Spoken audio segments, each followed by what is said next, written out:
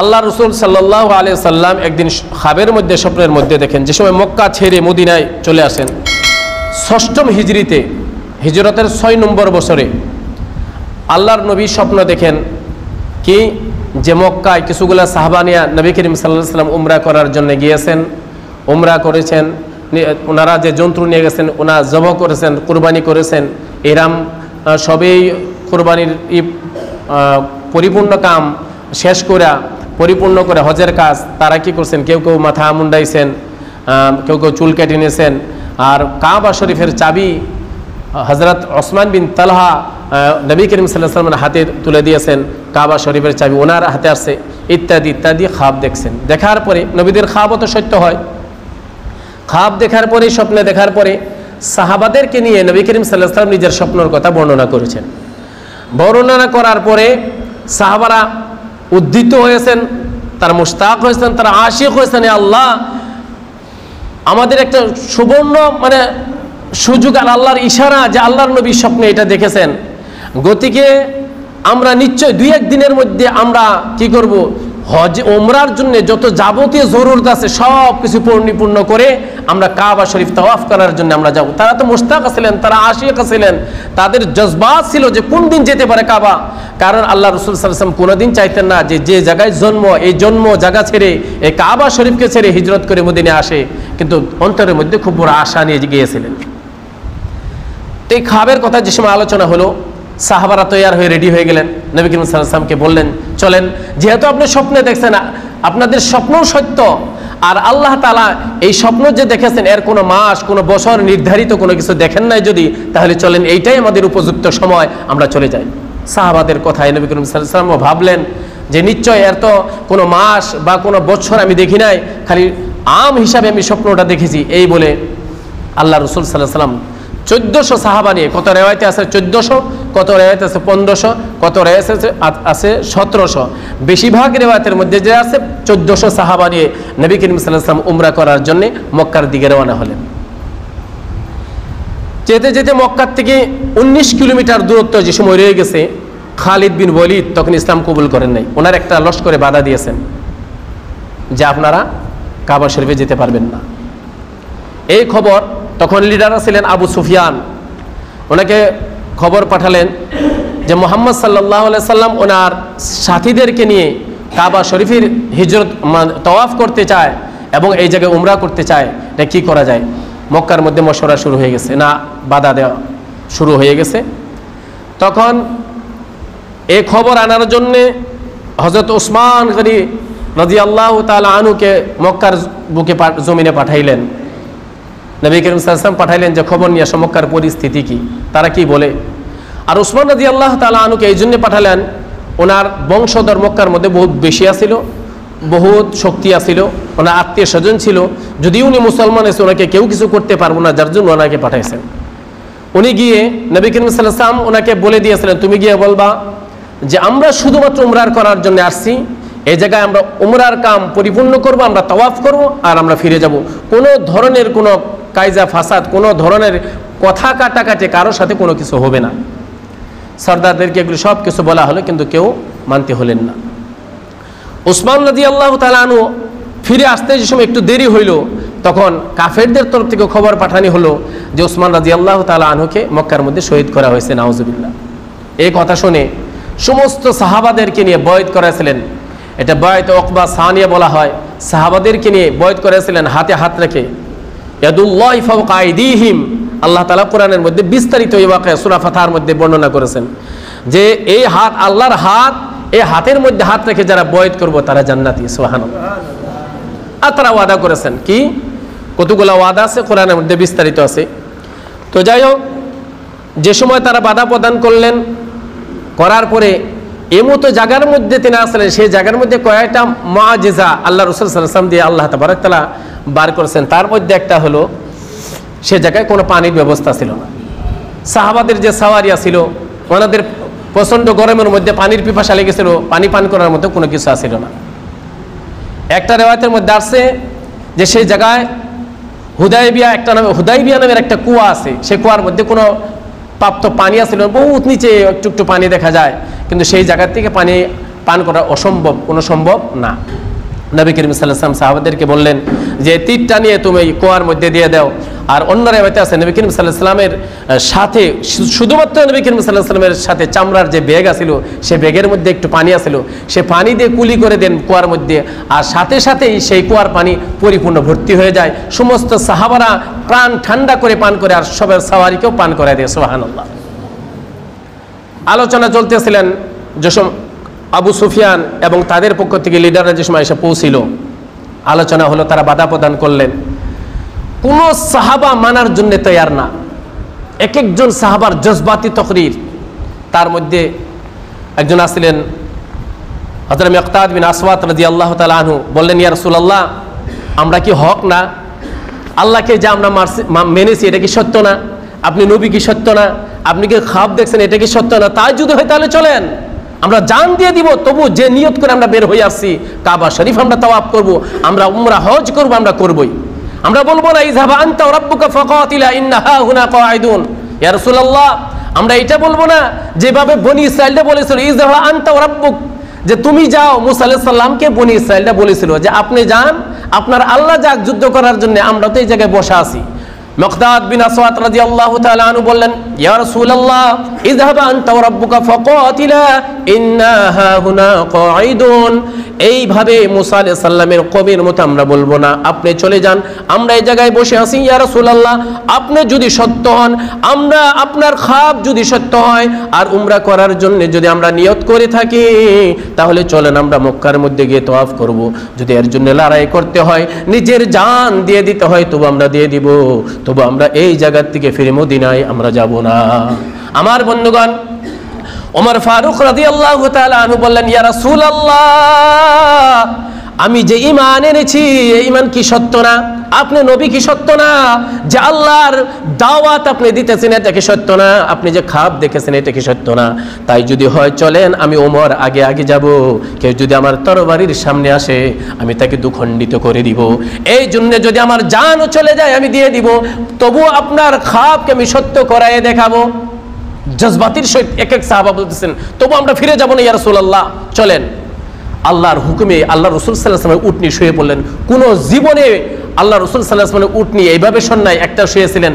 আবু আইয়ুব আনসারী রাদিয়াল্লাহু তাআলা আনহুর বাড়িতে, যে সময় মক্কায় থেকে হিজরত করে নবী মদিনায় ঢুকছিলেন, আর দ্বিতীয়তে এই জায়গায় সব সাহাবারা জজবাতির সহিত তাকরীর করতেছেন, না ইয়া রাসূলুল্লাহ, আমরা মানব না, আমরা যাবই।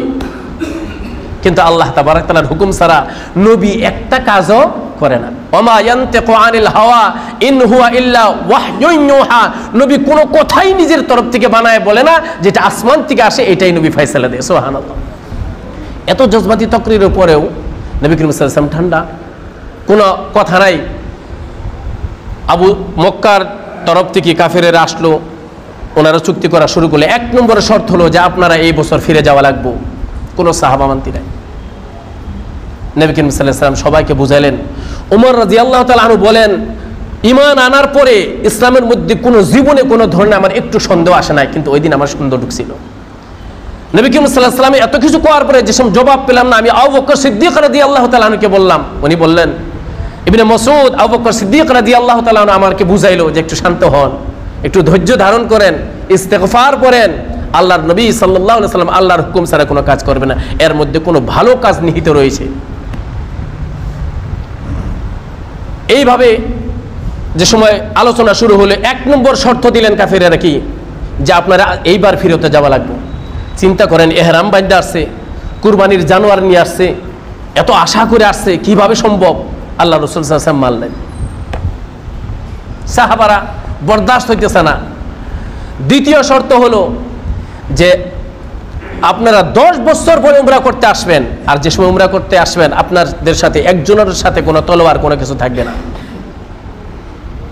তৃতীয় শর্ত হলো যদি মক্কা থেকে কোনো মানুষ, আমাদের লোক যদি ঈমান কবুল করে, যদি কলেমা পড়ে যদি আপনার ওই জায়গায় মদিনায় যায়, তাহলে তাকে ফিরতে দেওয়া লাগবে। আর আপনাদের যদি কেউ আমাদের মক্কায় আসে, তাদেরকে আমরা ফিরতে দেব না। এগুলা কি সম্ভব? কিন্তু নবী করিম সাল্লাল্লাহু আলাইহি ওয়াসাল্লাম সব মাথা পেতে মেনে দিতেছেন, কিন্তু সাহাবারা এগুলি কিছু শর্ত দেওয়ার পরে লাস্ট কথা হলো যে তোমরা লেখালেখি করো, লেখা শুরু করো। নবী করিম সাল্লাল্লাহু আলাইহি ওয়াসাল্লাম মেনে নিলেন। নেওয়ার পরে লেখালেখি শুরু হলো, কাফেরদের তরফ থেকে লেখা শুরু করলো। সুহাইল, নবী করিম সাল্লাল্লাহু আলাইহি ওয়াসাল্লাম আদেশ দিলেন হযরত আলী রাদিয়াল্লাহু তাআলা আনহুকে যে তুমি লেখো।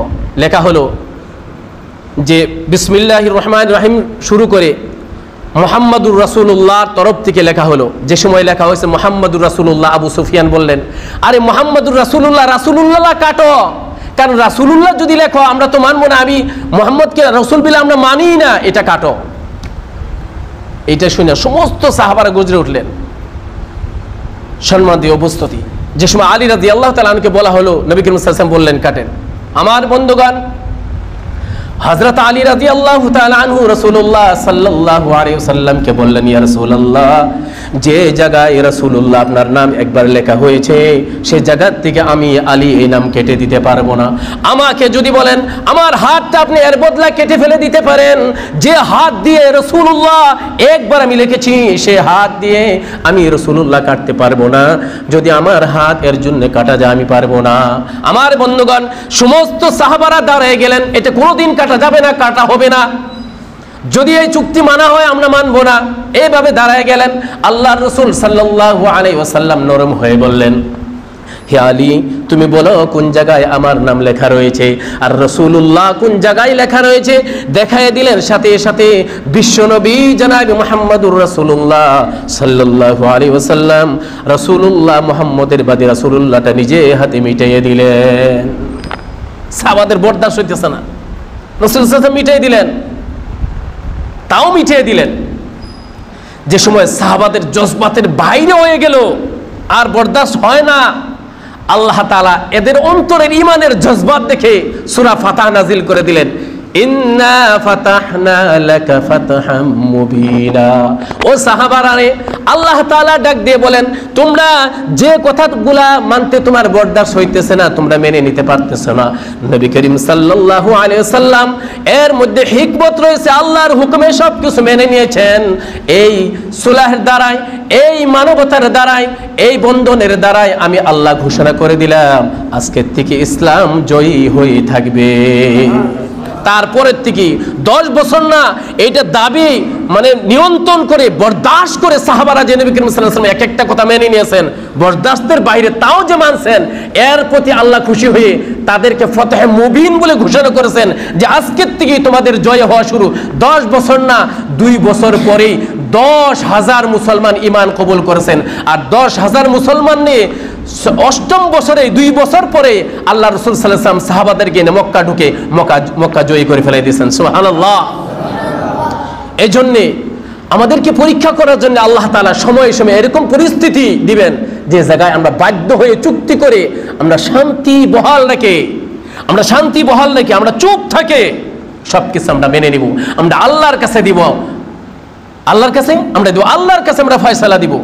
আল্লাহ তাবারক তাআলা ফয়সালা দিবেন। কি ফয়সালা দিলেন? তারা 10 বছরের চুক্তি করেছিল, 2 বছরের মধ্যে ঝাঁকে ঝাঁকে শত শত মানুষ মুসলমান হওয়া শুরু করলো। 2 বছর পরে আল্লাহ রাসূল সাল্লাল্লাহু আলাইহি ওয়াসাল্লাম এই যেগুলি লেখা ছিল এগুলা ভঙ্গ করে দিল কাফেরেরা। কি ভঙ্গ করলো? রাস্তাঘাটে এদিকে সেদিকে যে জায়গায় যাকে পাইতো মুসলমানদেরকে মারতো পিটতো, যার জন্য তারা যা লিখিত যা ছিল সবকিছু তারা ভঙ্গ করে দিল তারা নিজেরাই। নবী করিম সাল্লাল্লাহু আলাইহি ওয়াসাল্লাম ওই যে স্বপ্ন দেখেছিল যে মক্কার চাবি ওনার হাতে, এই সময় এই স্বপ্নটা আল্লাহ তাবারক তাআলা মক্কার বিজয়ের দিন পরিপূর্ণ করে দিল। সুবহানাল্লাহ। সাহাবাদের কথা ছিল যে সুলহ হুদাইবিয়ার মধ্যে স্বপ্ন পুরো হওয়া লাগে, কিন্তু আল্লাহর ওয়াদা তা ছিল না। বলে আমি 2 বছর পরে আমি পুরা করব, তোমরা যেভাবে পুরা করবা এটা আমার ওয়াদা না, আমার ওয়াদা হলো শান্তিতে, যাতে বিজয়ের সময় একটা মানুষের যাতে 1 ফোঁটা রক্ত যাতে জমিনে না পড়ে, এইভাবে বিশ্বনবী জনাবে মুহাম্মদুর রাসূলুল্লাহ সাল্লাল্লাহু আলাইহি ওয়াসাল্লাম মক্কাকে জয় করেছেন আল্লাহর আদেশে, আল্লাহর হুকুমে। সুবহানাল্লাহ। আমার বন্ধুগণ, যেদিন মক্কার মধ্যে ঢুকলেন সন্ধ্যার সময়, সাহাবারা ভাবলেন যে মক্কায় ঢুকি মক্কা বিজয়ের সময়। নবী করিম সাল্লাল্লাহু আলাইহি ওয়াসাল্লাম বললেন না, আজকে বলে যে ইসলাম সন্ত্রাসী না। নবী করিম সাল্লাল্লাহু আলাইহি ওয়াসাল্লাম বললেন, পয়গম্বর বললেন যে রাত্রেবেলা আমরা ঢুকলে ছোট ছোট মাসুম বাচ্চাদের ক্ষতি হতে পারে, বৃদ্ধ মহিলাদের ক্ষতি হতে পারে, বৃদ্ধ মানুষের ক্ষতি হতে পারে, যারা ধর্মীয় লোক তাদের ক্ষতি হতে পারে, যারা মহিলা তাদের ক্ষতি হতে পারে। আমরা রাত্রেবেলায় ঢুকবো না, রাত্রে আমরা এই জায়গায় কাটাবো, সকালবেলা আমরা মক্কার জমিনে আমরা ঢুকবো চারদিকে। সকালবেলা যে সময় মক্কার জমিনে আল্লাহ রাসূল সাল্লাল্লাহু আলাইহি ওয়াসাল্লাম ঢুকলেন, তার আগেই সাহাবাদেরকে বলে দিলেন যে কোনো মহিলার উপরে তোমরা কেউ হাত তুলবে না, 1 নম্বর শর্ত। মক্কার জমিনে যারা সর্দার আছে তারা যদি হাতিয়ার নিয়ে না আসে তাদের উপরে তোমরা হাত তুলবে না। কেউ যদি ঘরের ভিতরে ঢুকে ঘরের তালা লাগাই দিয়েছে তার উপরে তোমরা হাত তুলবে না। কোনো মাসুম বাচ্চার উপরে তোমরা হাত তুলবে না। হ্যাঁ, যে কেউ যদি কি করে তোমাদেরকে যদি আঘাত করতে আসে তাহলে তার প্রতিশোধ নিবে, কিন্তু কারো উপরে তোমরা কেউ আঘাত করবে না। বিনা কারণে 1 ফোঁটা রক্ত এই মক্কার জমিনে কেউ ফালাবে না। এটা সাহাবাদেরকে ওয়াদা করে মক্কা বিজয়ের জন্য চারিদিকে মক্কা ঘেরাও করা হলো। আবু সুফিয়ান বড় লিডার, যে সারাটা জীবন সেকেন্ডে সেকেন্ডে পয়গম্বরের দুশমনী করেছেন, ইসলামের দুশমনী করেছেন, তাকে হাত বেঁধে যে সময় আনা হলো নবী করিম সাল্লাল্লাহু আলাইহি ওয়াসাল্লাম বললেন তার হাত ছেড়ে দাও, আজকে থেকে নাকি আজাদ। সুবহানাল্লাহ।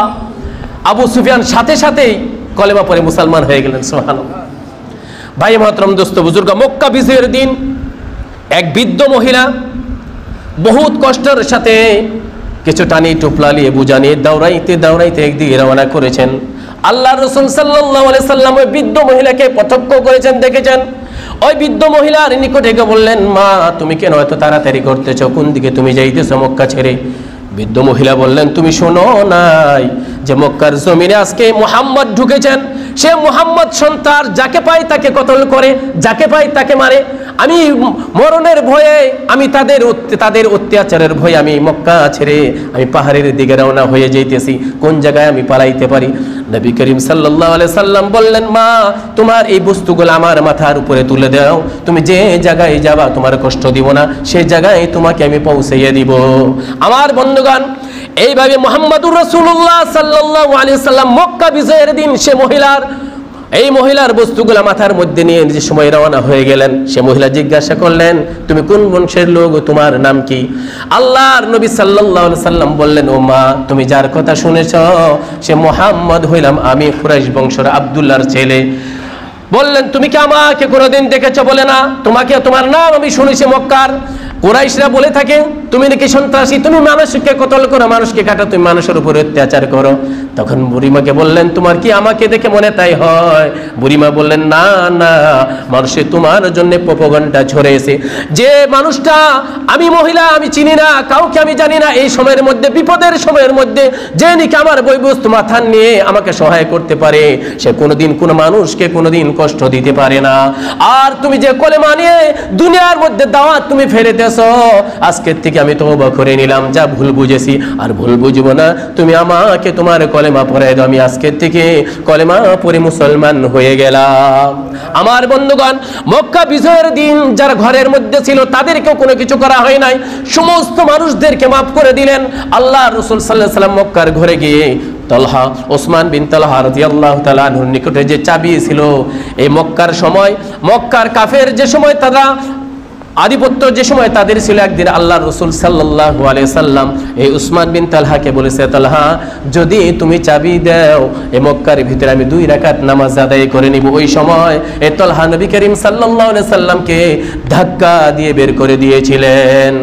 তারপর ওই তালহা কি ভেবেছিল জানি না, নবী করিম সাল্লাল্লাহু আলাইহি সাল্লামকে ডাক দিয়ে বললেন, কেউ জানে না, মক্কার সর্দাররা কেউ জানি এটা বুঝতে পারে না, আমি আপনাকে চাবি দিয়ে দিলাম, অতি তাড়াতাড়ি 2 রাকাত নামাজ পড়ে আপনি বের হয়ে যাবেন। এইভাবে চুপচাপ তালহা বিন ওসমান রাদিয়াল্লাহু তাআলা আনহু যে সময় চাবি দিয়েছিলেন, তখনই নবী করিম সাল্লাল্লাহু আলাইহি ওয়াসাল্লাম বলেছিলেন যে তুমি আমাকে যেটা করেছো এটার প্রতিফল আল্লাহ তাআলা তোমাকে দিবে। আমার বন্ধুগণ, মক্কা বিজয় হয়ে গেল। নবী করিম সাল্লাল্লাহু আলাইহি ওয়াসাল্লাম মক্কার মধ্যে ঢুকে গেলেন, গিয়ে ওসমান বিন তালহা রাদিয়াল্লাহু তাআলা নিকটে গেলেন। ওসমান বিন তালহার সাথে সাথে মক্কার চাবি আল্লাহর রাসূল সাল্লাল্লাহু আলাইহি সাল্লামের হাতে তুলে দিলেন। নবীজির সে আগের কথা মনে পড়ে গেল, এই চাবি আল্লাহর রাসূল পয়গম্বর সাল্লাল্লাহু আলাইহি সাল্লামের হাতে নিয়ে আবার ওসমান বিন তালহা রাদিয়াল্লাহু তাআলার হাতে তুলে দিলেন।